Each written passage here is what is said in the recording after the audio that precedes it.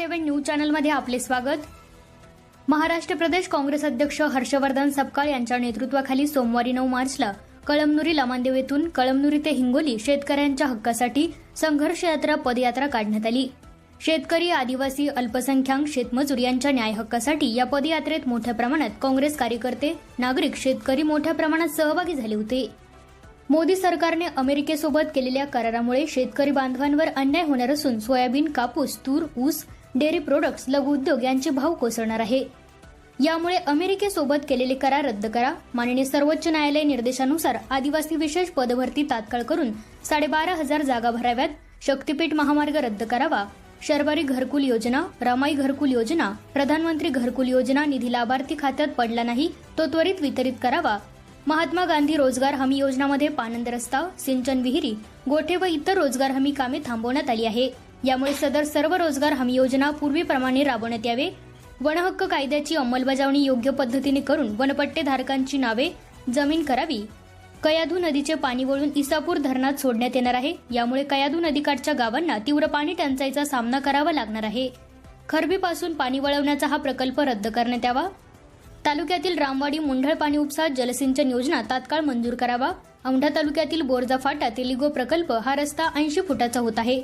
जमीन अधिग्रहण करताना शेतकऱ्यांना मोबदला देण्यात यावा। पीक विमा सरसकट देण्यात यावा। शेतकऱ्यांना संपूर्ण कर्जमाफी द्यावी। पीक कर्ज 100% वाटप करावे इत्यादी मागण्यांसाठी संघर्ष यात्रा पदयात्रा काढण्यात आली होती। कळमनुरी येथील लमानदेव येथून पदयात्रेला सुरुवात झाली।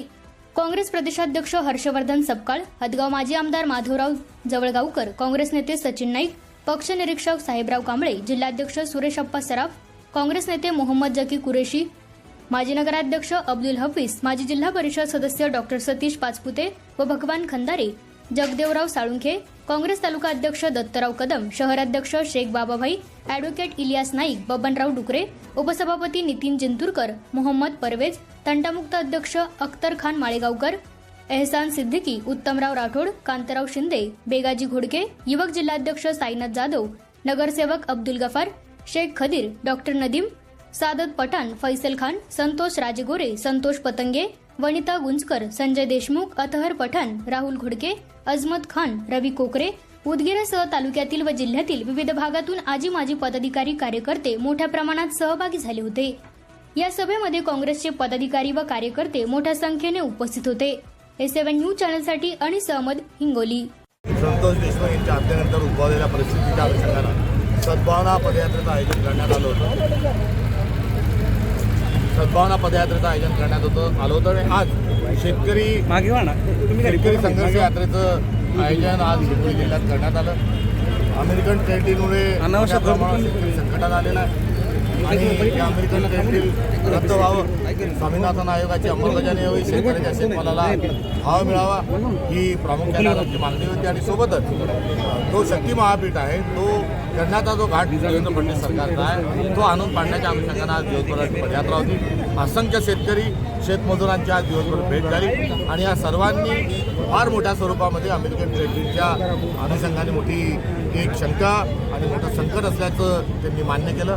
तर राहुल गांधींच्या नेतृत्वामध्ये जो लढा पुकारला जात आहे या लढ्याला संपूर्ण समर्थन राहील आणि या लढ्याला जोपर्यंत यश येणार नाही तोपर्यंत हा लढा सुरू ठेवा अशा प्रकारची देखील अपेक्षा सर्वसामान्य शेतकऱ्यांनी व्यक्त केली। आता तुम्ही भाषणात म्हणाला शक्ती महामार्ग जो आहे ते छत्तीसगड आणि विदर्भातले जे खनिज आहे ती विदिशात पडलेला घाट आहे हा सेंट्रल इंडियामधून थेट समुद्र किनाऱ्यावर म्हणजे बंदरापर्यंत शक्ती महापीठ जो नेला जात आहे हा जे उद्योगपती आहे त्यांच्यासाठी हा रेड कार्पेट आहे आणि हा लाल गालीच्या या देशाची लूट करण्याकरता, पर्यावरणाचा ऱ्हास करण्याकरता हा शक्ती महापीठ करण्यात येत आहे। हा कुठल्याही प्रकारचा शेतकऱ्यांसाठी किंवा महाराष्ट्राच्या दळणवळणाकरता नसून हा खनिजाच्या उत्खननाचा लाभ हा मित्रांना देण्याच्या अनुषंगाने देवेंद्र फडणवीसांचा हा घाट आहे। याच मुद्द्यावरून तुम्ही सकाळी म्हटले होते की उद्योगपतींना लाल कार्पेट टाकल्या जाते, त्यावर देवेंद्र फडणवीस यांनी उत्तर असं दिलं की बिंडोकासमोर काय बोलावं आणि त्यांना काय उत्तर द्यावं। कोणत्याही विषयावर विश्लेषणात करण्याकरता शब्द जेव्हा नसतात तेव्हा या महाराष्ट्राचे मुख्यमंत्री जे पेशानी वकील आहेत ते जर तर्कहीन आणि विचित्र आणि विकृत जर बोलत असतील तर मी त्यांना एवढंच सांगेल गेट वेल सून। तुम्ही म्हणताय की देवेंद्र फडणवीस सरकार हे ईस्ट इंडिया कंपनीचे अवलाद आहे, काय म्हणाल? ईस्ट इंडिया कंपनी भारतातला जो कच्चा माल आहे हा विदेशात पाठवण्याच्या अनुषंगानं ज्या पद्धतीनं सुविधा आणि कारस्थान रचत होतं, आज शक्ती महापीठाच्या मागची जी भूमिका आहे, मी पुन्हा सांगतो की शक्ती महापीठ मागची जी भूमिका आहे ती ईस्ट इंडिया कंपनीची मनोवृत्ती ही त्या महामार्गाची आहे. भारतातले खनिज, गडचिरोलीचं खनिज हे विदेशात पाठवायचं आणि विदेशातून पक्का माल देशात आणून विकायचा, हे ईस्ट इंडिया कंपनीचं धोरण हे भारतीय जनता पक्षाने आत्मसात केलेलं आहे. करिता मी हा आरोप अत्यंत तर्कशुद्ध पद्धतीने केला आहे. की असं